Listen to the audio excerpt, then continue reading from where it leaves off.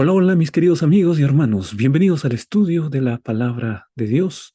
Estamos en esta preciosa jornada radiados por su palabra y hemos llegado al capítulo 12 del libro de Josué.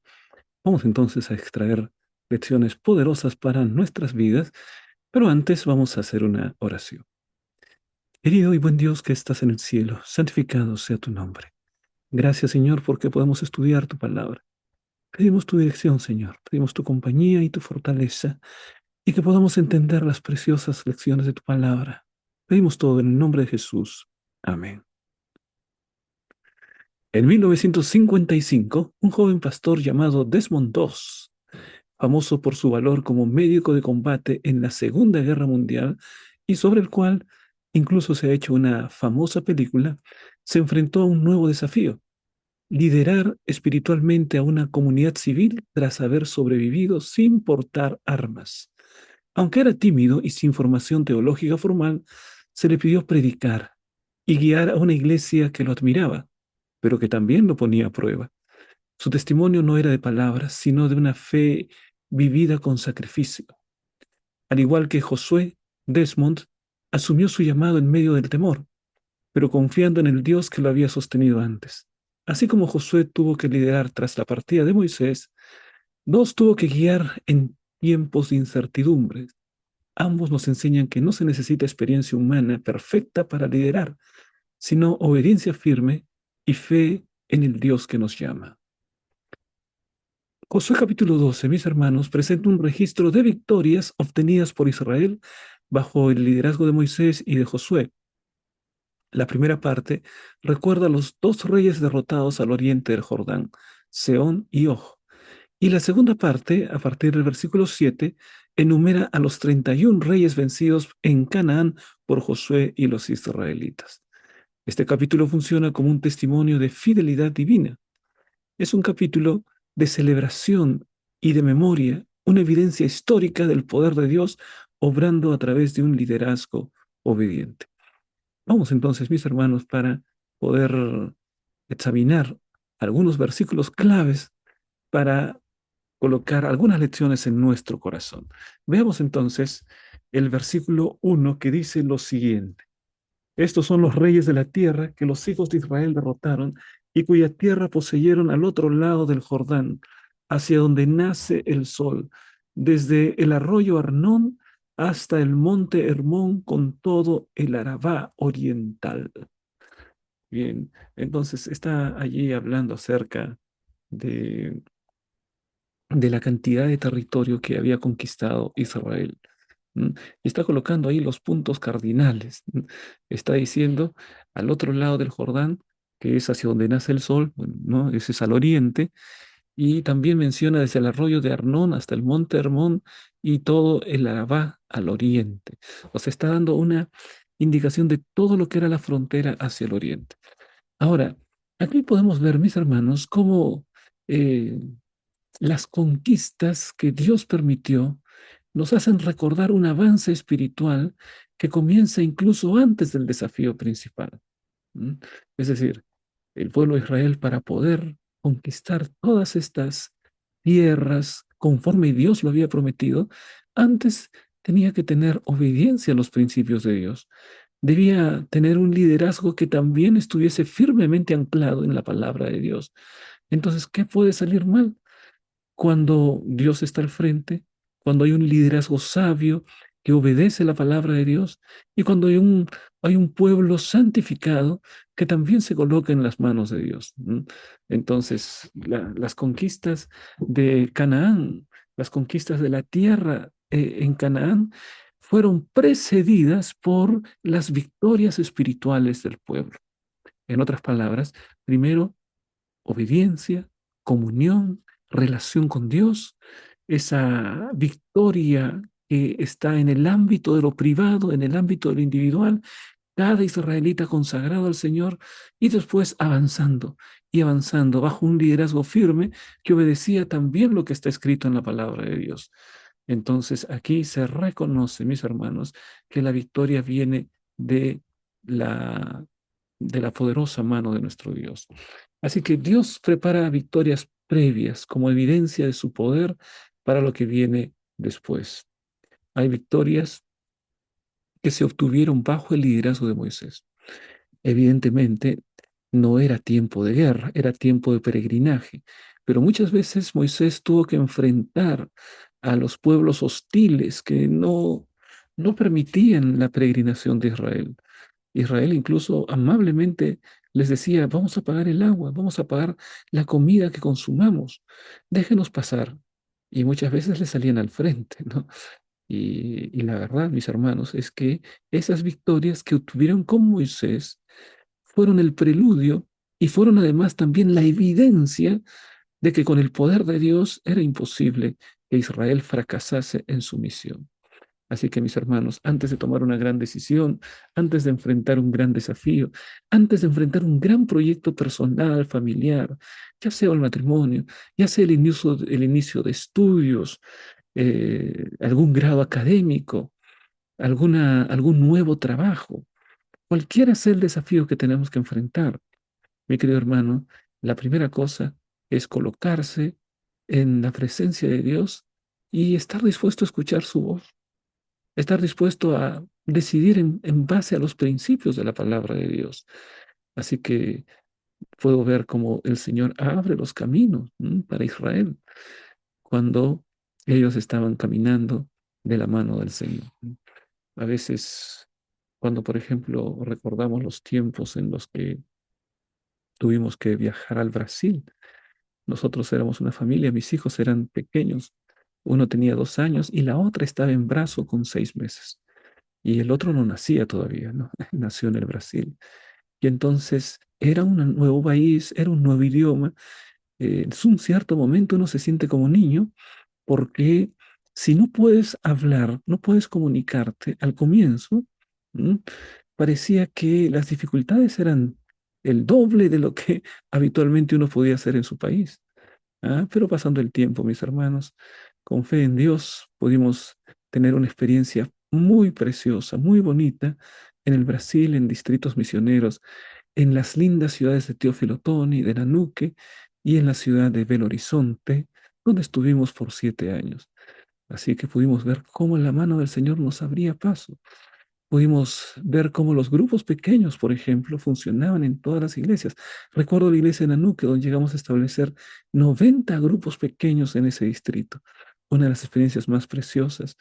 Y también más adelante en Belo Horizonte estuvimos en el distrito de Havaí, que sería la traducción al portugués de Hawái, ¿no? Havaí es Hawái. Y pudimos ver, mis hermanos, el cuidado de nuestro Dios durante todo el tiempo que estuvimos allí. Luego regresamos a nuestro país, pero trayendo en el corazón los grandes recuerdos, los amigos que pudimos conseguir, que hicimos allí, las iglesias a las que amamos y por las que también nos sentimos muy amados por ellos. Entonces, Dios siempre abre el camino, mi querido hermano. Uno puede enfrentar las cosas con la seguridad que si estás de la mano de Dios, hay al final siempre una victoria que el Señor está preparando para ti. Elena de Hoy manifiesta lo siguiente: las victorias del pasado deben ser recordadas como evidencias del poder de Dios, actuando por medio de su pueblo obediente. Las victorias del pasado te preparan para las victorias del futuro. Vamos entonces, mis hermanos, a un siguiente versículo. Versículo 6 dice lo siguiente: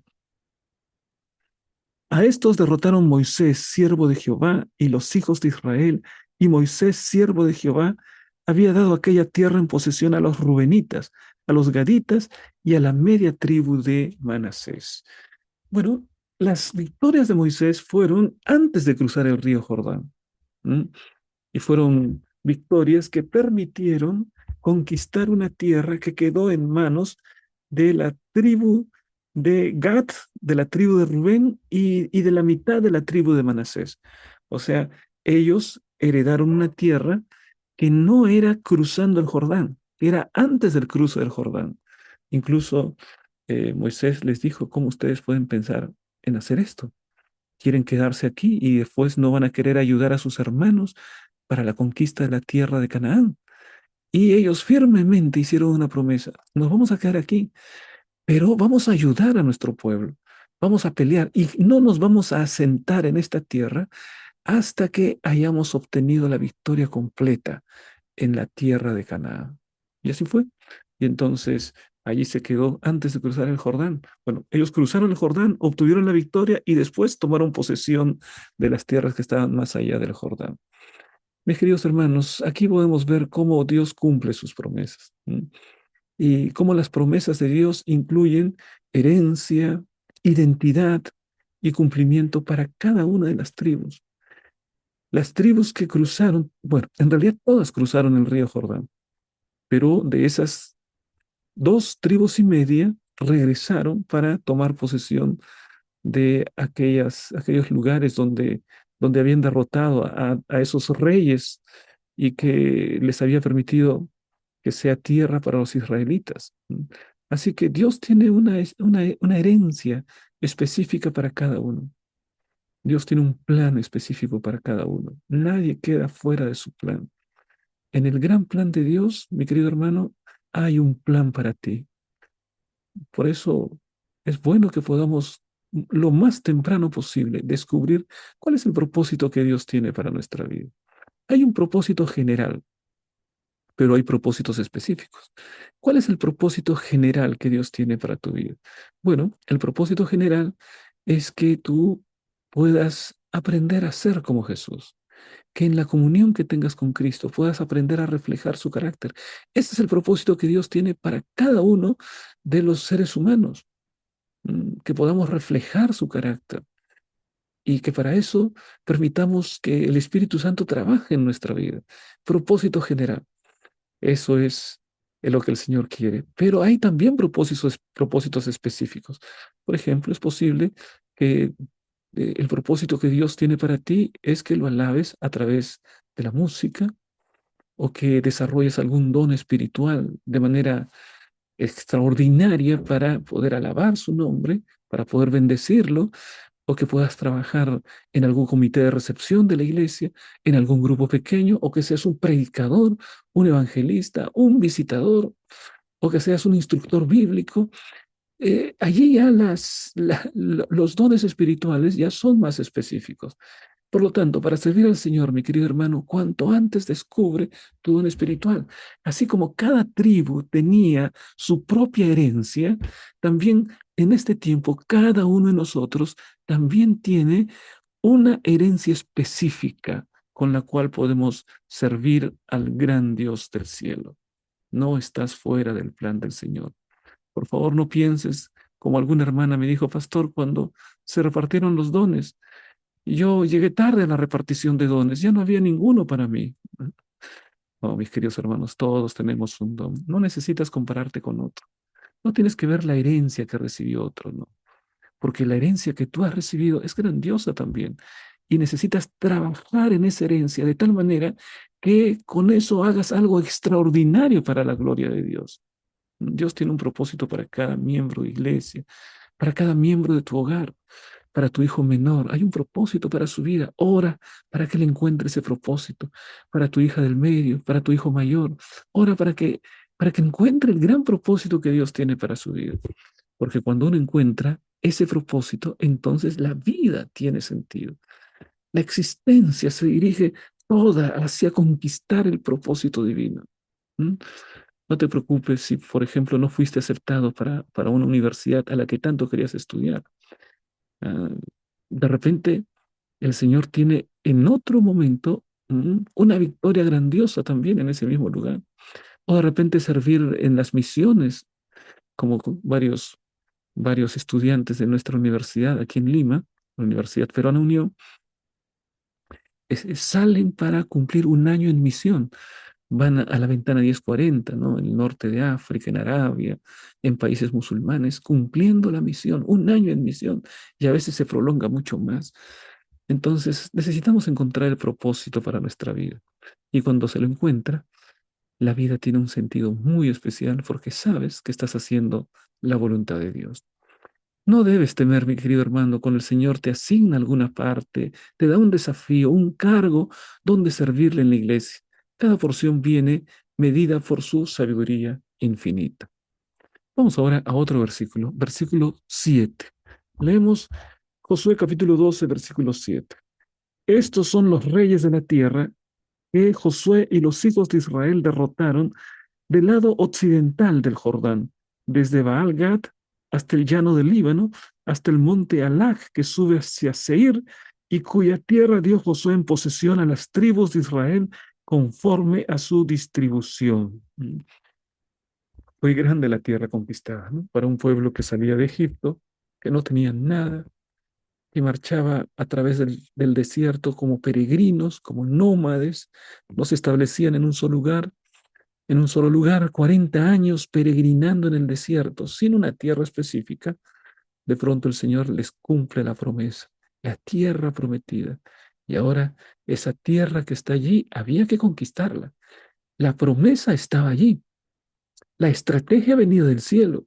Las fuerzas que vienen del cielo estaban alineadas para que Israel cumpla con su parte y pueda tomar posesión de esa tierra. Mis hermanos, qué tremendo este desafío, ¿no? Aquí se muestra cómo Dios cumple meticulosamente sus promesas con orden, con propósito. El cumplimiento de la promesa de Dios no es caótica. Dios actúa con estructura. Dios actúa en base a un plan que con antelación se va llevando a cabo para que puedas ser victorioso. Así que, mi querido hermano, puedes confiar que hasta los últimos detalles de tu vida están dirigidos por el gran Dios del cielo. Ese es un carácter organizador que tiene nuestro Dios, no es el caos. Sabes que el caos significa el no tener un plan. El caos significa el estar apuntando para todas partes y jamás conseguir algún objetivo. Eso no sucede con nuestro Dios. Él da una misión, te prepara para esa misión y te acompaña en la misión que Él ha colocado en tu corazón. Mi querido hermano, la organización y el orden son parte del carácter de Dios. Donde reina el Espíritu hay orden, no hay confusión. Así que confía en que en el gran plan de Dios tienes una parte que realizar y el Señor hará que tú puedas cumplirla de esta manera para glorificar su santo nombre. Vamos, mis hermanos, ahora a la parte final. El último versículo, versículo 24, dice lo siguiente. El rey de Tirsa, 31 reyes en total. Aquí se habla acerca de todos los reyes que fueron enfrentados y que fueron derrotados por el pueblo de Israel. 31 reyes. ¿No? La cifra final representa plenitud y la totalidad de la victoria divina. 31 reyes. Es una serie de victorias.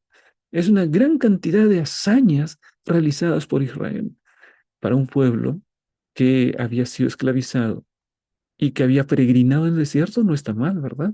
No está nada mal. Pero no fue conseguido porque el pueblo tuviese alguna buena estrategia o que tuviese armas más sofisticadas o por lo que los generales eran mucho más sagaces. No, nada de eso.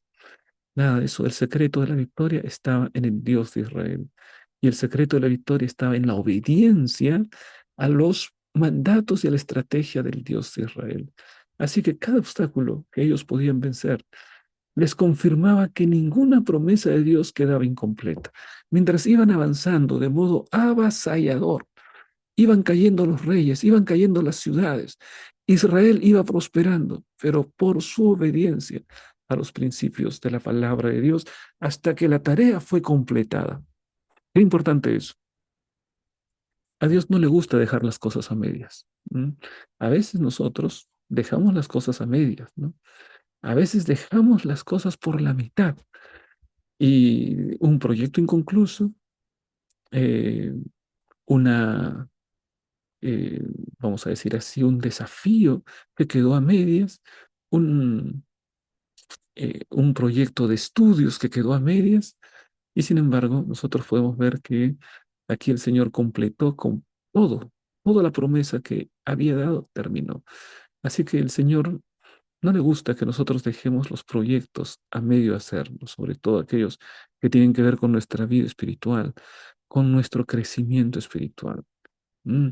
Una mujer, por ejemplo, luchó años con su salud y encontró en cada etapa un paso hacia su restauración final. Una señora que estaba muy enferma y cada día era una lucha y cada día era una victoria. Le habían dado unos cuantos meses de vida y ahora ya sé que tiene más de 10 años, ¿no? De vida, cada día una victoria. Así es la vida cristiana, mi hermano. Cada día una victoria y esa solo puede conseguirse en las manos de Dios. Terminamos con una declaración de Elena de White. El registro de victorias del pueblo de Dios debe fortalecer nuestra fe para creer que Él también nos dará el triunfo final. Que Dios te bendiga, mi querido hermano, que el Señor te guarde y que las victorias te acompañen siempre, sabiendo que estás siguiendo el gran plan de Dios para tu vida.